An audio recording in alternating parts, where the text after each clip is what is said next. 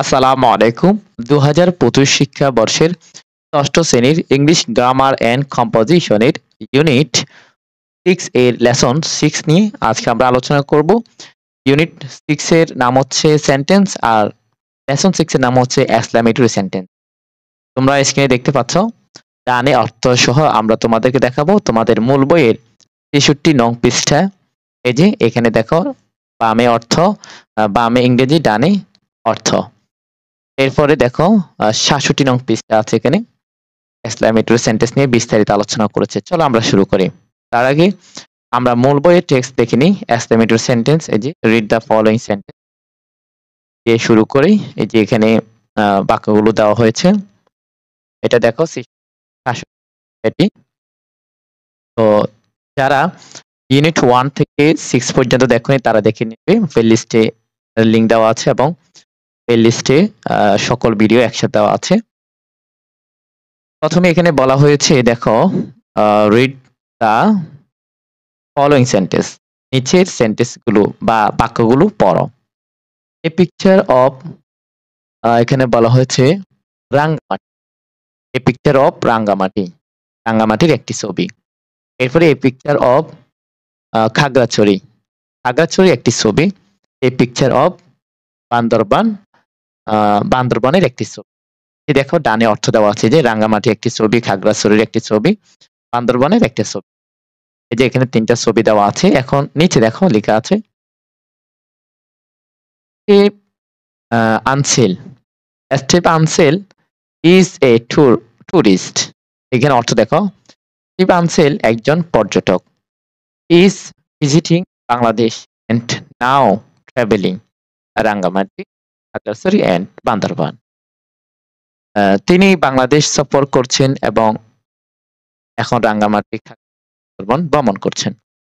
Study গতকাল he went to Nilachal and Chimbuk পাহাড়, অর্থাৎ হিল আর কি, মানে পাহাড়।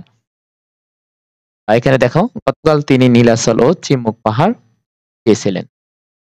On the way, on the way মানে পথে আর কি, পথের মধ্যে পথে was surprise to floating cloud on the top of the around trees, গাছ, মানে গাছ, আসলে বহু বছর গাছগুলো অ্যারাউন্ড চারদিকে।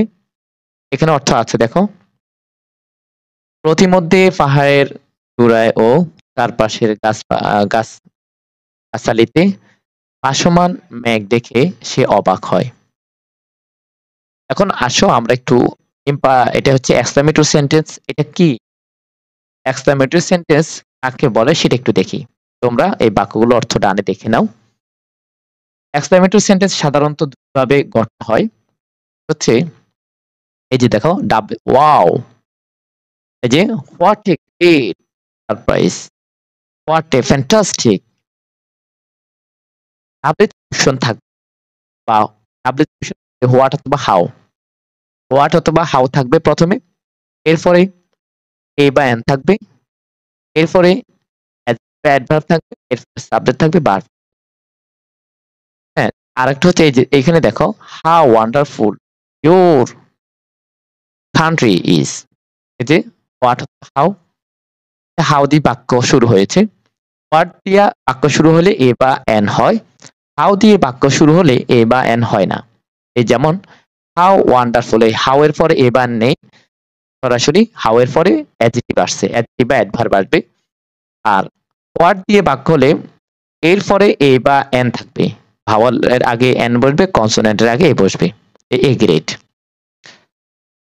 এরপরে থাকবে সাবজেক্ট, যেমন ইউর কান্ট্রি, তোমার দেশ, এটা সাবজেক্ট। যেমন এখানে সারপ্রাইজ, এটা এখানে অবজেক্ট আর কি। বা এই যে fantastic view, what a fantastic view, এখানে ইজ আছে। এরপরে your country subject, is verb.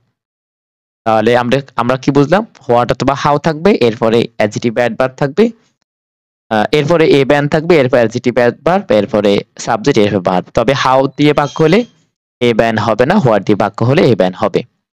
এখানে হাউ অর্থ কতই না, হ্যাঁ, কতই না হবে। How wonderful your country. তোমার দেশ কতই না সুন্দর। তোমার দেশ কতই না আ এই যে ওয়ান্ডারফুল মানে বিস্ময়কর বা চমৎকার। হ্যাঁ? এখানে হোয়াট অর্থ কি এটা হবে না। হোয়াট হোয়াট দিয়ে বাক্য হলে শেষে যদি প্রশ্নবোধক চিহ্ন হয় তখন হোয়াট অর্থ কি হয়? যেমন এখানে যদি আমরা বলি হোয়াট এ ফ্যান্টাস্টিক ভিউ। হ্যাঁ? অর্থাৎ দৃশ্যটি কতই না চমৎকার। এখানে হোয়াট তো কতই না হবে। আশা করি তোমরা বুঝতে পেরেছ। আরেকটা হচ্ছে ধরো ১ম এ এখানে দেখো ওয়াও! এই যে এক্সক্লেমেশন চিহ্ন মানে ইন্টারজেকশন থাকবে। এই যে হুররা! হুররা we have won the match. হুররা! কি আনন্দ! আমরা হুররা, হেলাস, হাই, হ্যালো, ফি, ফি, জেমস এগুলো হচ্ছে এক্সক্লেমেশন আ মানে এগুলো হচ্ছে ইন্টারজেকশন। এখন নিচে দেখো বলা হয়েছে the underlined sentence in the text above are example of exclamatory sentence. উপরের পাঠের আন্ডারলাইন করা বাক্যগুলো বা বিস্ময় সূচক অর্থাৎ এক্সক্লেমেশন বাক্য। All sentence express escapes excite excitement to see the natural beauty of Bangladesh. সব বাক্যই বাংলাদেশের প্রাকৃতিক সৌন্দর্য দেখে স্টিভের উচ্ছ্বাস প্রকাশ করে। এই যে এখানে অর্থ দেওয়া আছে। এরপরে দেখো ৬৭ নং পৃষ্ঠায় ইফ ইউ বিগিন যদি তুমি শুরু করো ইউর সেন্টেন্স তোমার বাক্য উইথ হাউ এখানে বোঝাচ্ছে যদি হাউ দিয়ে শুরু হয় দেন তাহলে an adjective follows the word অর্থাৎ যদি হাউ দিয়ে বাক্য হয় তখন কিন্তু এই আমি যে কথাটা বলছিলাম এখানে দেওয়া আছে। হাউ দিয়ে বাক্য হলে তখন এ বা এন হবে না। এখানে সরাসরি হবে হাউ এরপরে অ্যাডজেক্টিভ এরপরে সাবজেক্ট এরপরে ভার্ব এই যে এখানে গঠন আছে দেখো। আর যদি এই যে if you begin your sentence with what যদি হোয়াট দিয়ে বাক্য শুরু হয় তখন এ নাউন ফলো মানে একটা নাউন থাকবে। একটা নাউনকে অনুসরণ করবে, নাউনকে অনুসরণ করবে। এই যে দেখো হোয়াট এ গ্রেট সারপ্রাইজ অর্থাৎ হোয়াট এর পরে নাউন থাকবে এরপরে সাবজেক্ট এরপরে ভার্ব। What a